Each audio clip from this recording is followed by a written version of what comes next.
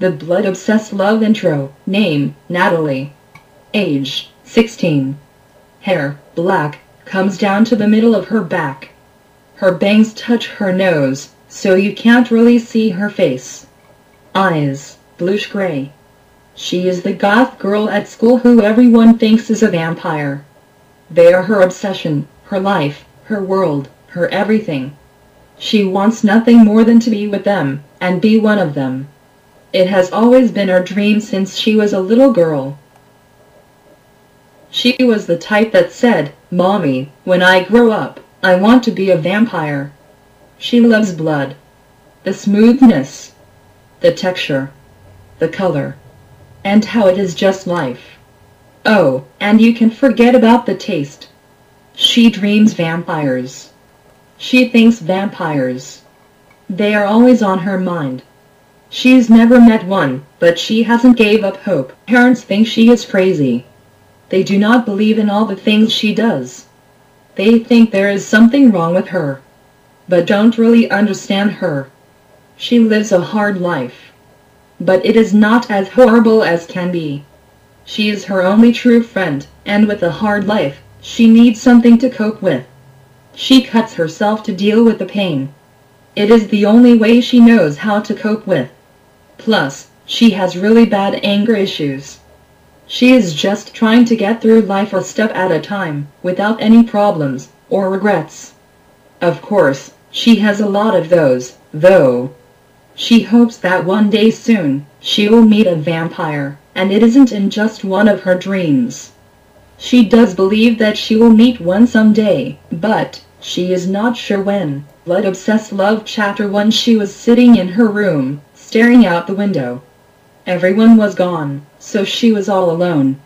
It was starting to storm really bad. She felt like something was going to happen. Maybe not to her, but something was. She had her razor blade in her hand. It was now stained with blood. The blade shined red as the moon reflected the blood on the blade. She was now watching the blood fall to the floor, staining her carpet. She looked at the time, and it was now 2 a.m. It was Saturday, so she could sleep all day in the morning. A streak of lightning struck at her window. It scared her and she jumped. She flipped off the windowsill, and cured. "Are you okay?" she had a voice ask. She looked up to see a boy with black and ocean blue eyes. He was wearing all black and his bangs were flipping around his eyes. "Who are you?" she asked. "Well, I'm Blaze, and you?" the boy replied. "Natalie." She responded. "I see." Blaze smirked. When he smirked, it showed his teeth. He had fangs. They were really clean and white, but had stains of red on them. She couldn't believe it, but was he really a vampire? "How did you get in?" she asked. "How does anyone like me get in?" he said. "Well, what are you doing here?" she asked. "Well, I smell your sweet blood," he replied. "Are you really a vampire?" she asked hopefully. "Well, of course I am," Blaze said.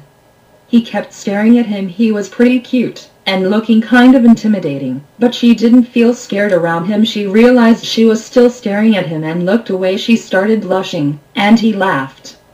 He got up, still not looking at her, and then he turned his face over to hers. "Now, let me have some of your blood," Blaze said. "Let me have some of yours," Natalie then responded. He jumped back and looked confused. "A mortal, asking for vampire's blood? What kind of human are you?" Blaze asked, a bit confused. "I don't know," Natalie said. "Are you not scared of me?" Blaze asked. "No." "Should I be?" she said calmly. "Yes. I am a vampire. And you are nothing more than just a pathetic human. You are defenseless against me," Blaze responded. "Then, turn me into a vampire," she said without hesitation. He just stood there, staring at her, shocked and amazed. After a minute of pure silence, he backed up even more. "I will be back," Blaze said as he disappeared into the darkness. Sorry, everyone. This is where this chapter ends. It is a cliffhanger, but I promise to upload more as soon as possible. Please comment and post and let me know what you think.